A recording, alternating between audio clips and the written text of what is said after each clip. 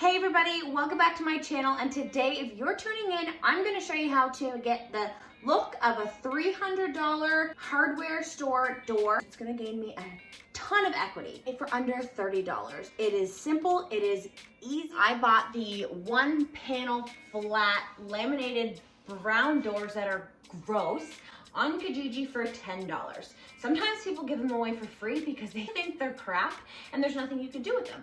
But I've hung them up and I left the hinges on, which I spray painted black.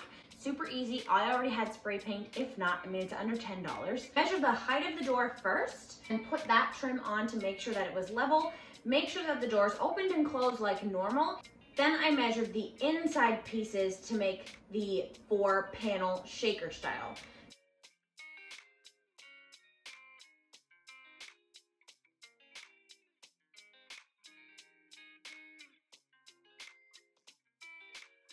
Once I had all of the trim pieces on my door, went ahead and used wood fill. I chose wood fill instead of caulking because wood fill is sandable. Wood fill all the little pin nail holes after I peeled the trim to the doors, and then I took the caulking and filled in between the squares on the doors because you don't really need to sand that area.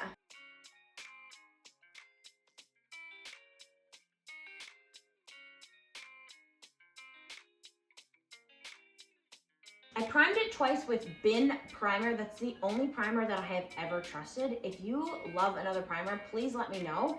I probably won't change from Bin, but it would be cool to give people other suggestions. I don't know if Bin primer is available everywhere. Key to priming your doors, in my experience, is I always prime them and leave them for a full 48 hours. The can usually says 6 to 12, but sometimes I've gone down, and if the room's a little bit humid or depending on the area you're priming, you're able to scrape it off. I've always left it for 2 days just to be safe, and I've never had peeling.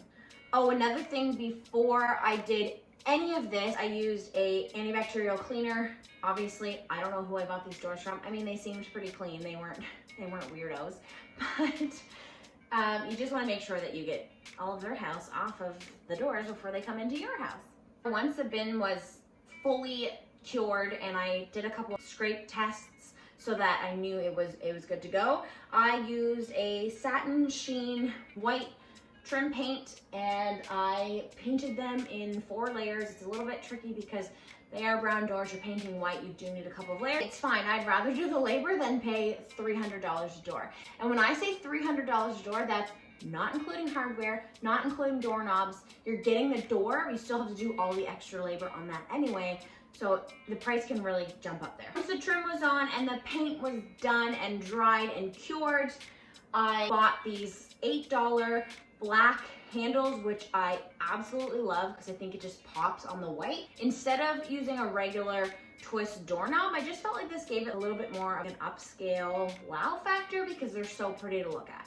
And just like that, it's so easy, and I can't explain how much you save.